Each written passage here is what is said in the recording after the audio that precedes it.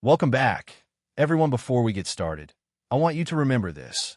Sometimes the person you love most can turn you into a ghost in your own home. Yeah, that happened. Drop your thoughts and what you do in Malik's shoes down in the comments. Don't forget to like and subscribe. Let's jump in.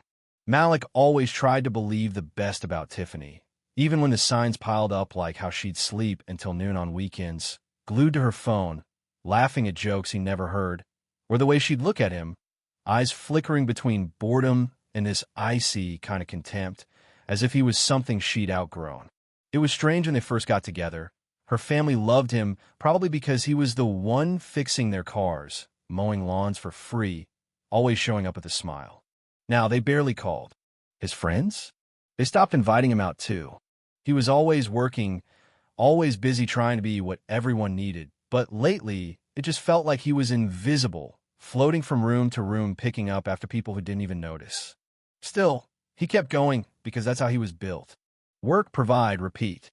He drove late in the night to help pay off Tiffany's new BMW. He covered her mother's hospital bills, no questions asked.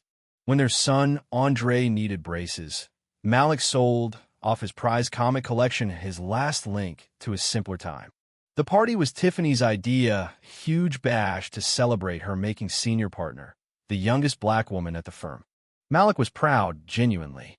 He sat with her as she planned every detail.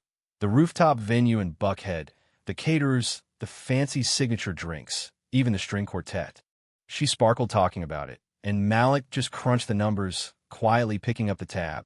To cover the last invoice, he sold his custom motorcycle, the one he'd spent years restoring with his bare hands. On the night of the party, Atlanta was thick with heat and the hum of cicadas. Malik put on his best suit, pressed and clean, and tried to match Tiffany's energy. She looked stunning, regal, already halfway gone into this new life she'd built. Andre was at a friend's sleepover, so Malik did what he always did, held the car door for Tiffany, watched her disappear into a crowd of colleagues and friends, then hovered at the edge, topping off her glass, tipping the valet, playing the background. He was used to it, but that night, it stung differently. Halfway through, as a group from the firm gathered, Tiffany waved him over. Malik smiled, thinking she'd finally introduce him. Instead, she barely glanced his way, then with a laugh, told her coworkers, "Oh, that's just my driver." Laughter rippled around the group. Nobody corrected her. Malik's smile froze. He stood there, face burning, as the group turned away, drifting back to business like he didn't exist. The humiliation wasn't just the words, it was how easy it was for her to erase a decade, how invisible he'd become. He walked to the bar, asked for a glass of water, and watched Tiffany holding court, laughing, radiant. He left the party without a word, driving home alone, his hands trembling on the steering wheel. That night, Tiffany didn't come home. Just a text, staying with the girls. Don't wait up. No apology, no explanation, nothing. Over the next few days, something inside Malik broke and healed at the same time. Tiffany started sleeping in the guest room, barely speaking unless she needed something, money, a ride, dry cleaning picked up. Her family vanished. Andre started mimicking her attitude, rolling his eyes when Malik asked about homework, snapping back, "Why don't you do something real for once?" Neighbors he'd once helped looked through him. Malik just let it all wash over, kept driving, kept paying bills, kept showing up for a family that seemed to be dissolving in front of his eyes. But at night, alone in that empty house, he started plotting not revenge, not yet just a way out. He remembered how his mom always had a backup plan, always hustling. Malik started researching veterans programs, business grants, small business loans. He devoured everything about Atlanta's classic car scene, auto restoration, mentorship programs for veterans. To his shock, he got accepted into one, run by a local entrepreneur. He didn't tell Tiffany. He just went on lunch breaks, late evenings, whenever he could. He soaked up advice, wrote down everything, made a plan. He picked up extra driving shifts, saving every extra dollar. He sold his life insurance, cashed out what was left of his savings, pawned his gold watch. Every week, he tucked away money into a separate account one Tiffany didn't know about. He found a rundown garage in the West End, a squat brick building with busted windows and oil stains on the floor. To most, it looked hopeless. To Malik, it was perfect. He signed the lease, using his secret savings and a small loan from the Veterans Program.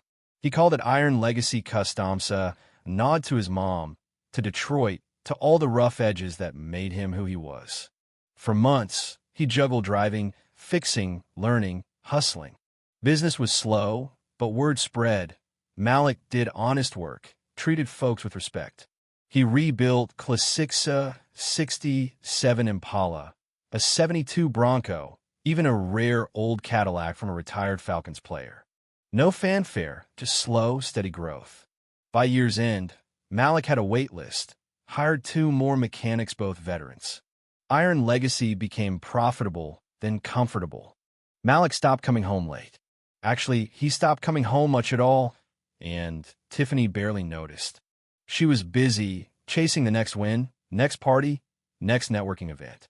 Andre started high school, drifted even further away. Malik was still invisible, but now he didn't mind. He was building something for himself. One night, he came home late, exhausted but happy, found Tiffany in the kitchen, arms crossed, annoyed. "Where have you been?" she snapped. "At work," he replied, calm. "Driving rich people around?" "No, building my shop." She blinked, caught off guard. "What shop?" Malik just shrugged. "Don't worry about it." A week later, he moved out. No shouting, no drama, just packed his clothes, left a note and the keys, and drove off in his restored Impala. Tiffany didn't call. Andre sent a single text. "Why are you leaving?" Malik replied, "Call me when you want to talk." Months went by, no answer. Malik focused on Iron Legacy, his chosen family of mechanics, and a quiet piece of his own apartment. He learned to cook, fixed up old bikes on weekends, reconnected with his sister, sent money to his mom, let old pain finally loosen its grip. 2 years passed, fast as water under a bridge. One muggy summer afternoon, Malik stopped for gas on his way back from a job and heard a familiar voice, Monica, one of Tiffany's old friends. She looked awkward.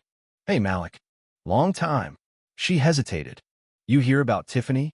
Malik shook his head, pretending not to care. Monica bit her lip. "Things haven't been great. She got let go last year. Some drama at the firm. Lost her place out in Buckhead. Boyfriend left too. Anyway, take care." He watched her walk away, his heart pounding, not with joy, not with revenge, just a quiet, settled peace. A few days later, leaving Kroger, Malik saw Tiffany, older, tired, juggling cheap groceries, defeated in a way he'd never seen. For a moment, she looked like she might call out to him, but Malik just nodded, calm, composed. He slid into his Impala, started the engine, and drove past her, not looking back. That night, on his little balcony with a cold beer, Malik watched the sun set over the West End, the world quiet around him. He didn't have a wife, the fancy parties, or even the praise of son who turned away. But he had himself a business, a piece built on hard work and unshakable dignity. He never raised his voice, never sought revenge. He just took his pain, carried it forward, and built something solid out of it. People talk about karma like it's lightning and thunder, public justice, big scenes. Malik knew better. Real karma's slow, private, quiet. It's a man driving his own car on his own road, away from folks who never saw his worth. He was never just a driver. He was the engine, steady, unbreakable, built for distance. The laughter, the betrayals, the lonely nights, they were just pit stops. Now, with the city lights below, Malik smiled for the first time in a long while. He finally learned his mother's lesson. Build your peace, let the world chase you. So what do you think? Was Malik right to walk away? Or should he have fought for his family? Drop your thoughts below, share this story if it hit home, and don't forget to subscribe. There's always another road ahead.